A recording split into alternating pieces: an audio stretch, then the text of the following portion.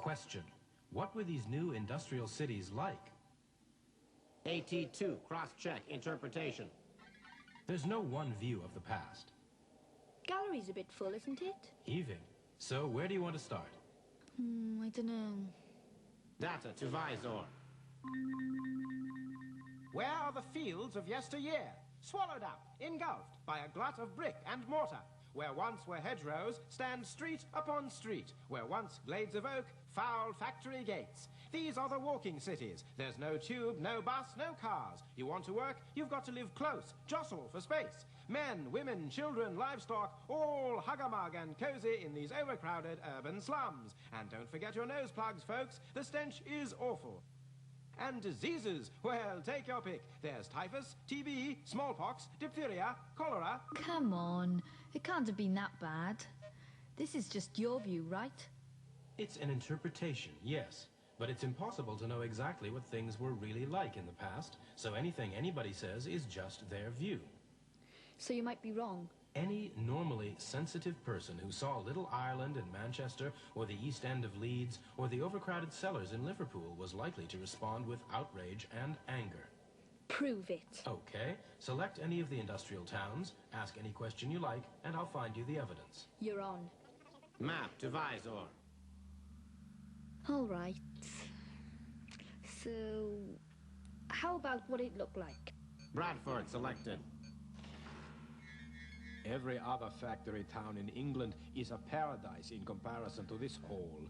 The air of Manchester lies like lead upon your head. In Birmingham, it is as if you are sitting with your nose in a stovepipe. In Leeds, you have to cough from the dust and stink, but you can put up with all that.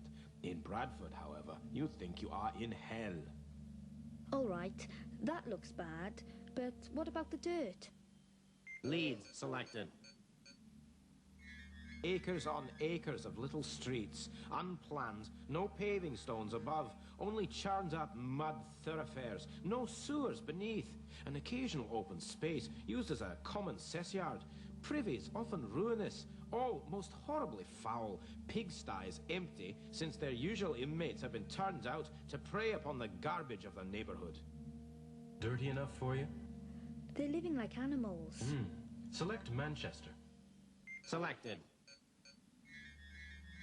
A horde of ragged women and children swarm about here, as filthy as the swine that thrive upon the garbage heaps.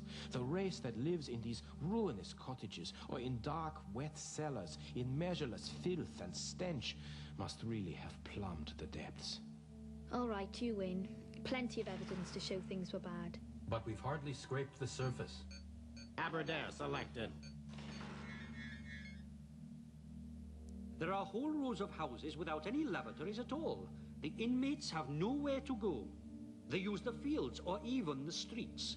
And what with that and the filth thrown out of the houses and left in the street, the town stinks. The courts are not fit for human habitation. I want to see a court. Load. All right. Because they were so narrow, very little sunlight could penetrate. These courts would have been teeming with people, and the houses had no kitchens or toilets, no running water. How did they cope?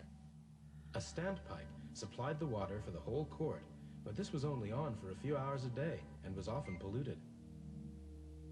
There would also have been an open sewer or gutter for rubbish. Ugh. Bring it to life. Andrew Mearns, author, The Bitter Cry of Outcast London. Animate. Inside, you go down rotten staircases, grope your way along dark and filthy passages swarming with vermin. 8 square feet. That's about the average size of many of these rooms. The walls and ceilings are black with filth through years of neglect. A window, half of it stuffed with rags to keep out the rain and the other half so begrimed that light cannot enter. Every room in these rotten and reeking tenements houses a family, often 2. In one cellar, I found a mother, a father, 3 children, and 4 pigs. In another, a man ill with smallpox, his wife just recovering from the birth of her 8th child, and the other children running around half naked and covered in dirt. No one I've heard so far lived in the slums, did they? No, and that may have affected their interpretations. Well, I want someone who lived there. I'm And afraid... don't give me that rubbish about working class people not reading or writing. There's got to be something. All right. Thank you. This is Alice Foley. She wrote her story later in life, A Bolton Childhood.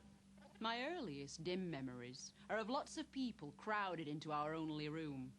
There was a wooden cradle, rocked by a string attached to a person nearest the window. I suppose the baby must have been cuddled against a warm bosom at odd moments, but I don't remember that. What I do remember is how poor mothers daubed their breasts with soot to discourage suckling, and the howl of rage produced at the offer of those coal-black nipples. How did anyone survive? Thousands didn't. Diseases thrived in these conditions. The life expectancy for a person from a laboring family in Leeds in 1842 was 19 years. Why didn't someone do something about it? No connection had been made between dirt and disease. So the population went down, right? Wrong. The death rate was high in the towns, but the birth rate was higher, so the population continued to grow. Population of London, 1750, 657,000. 1851, 2,491,000.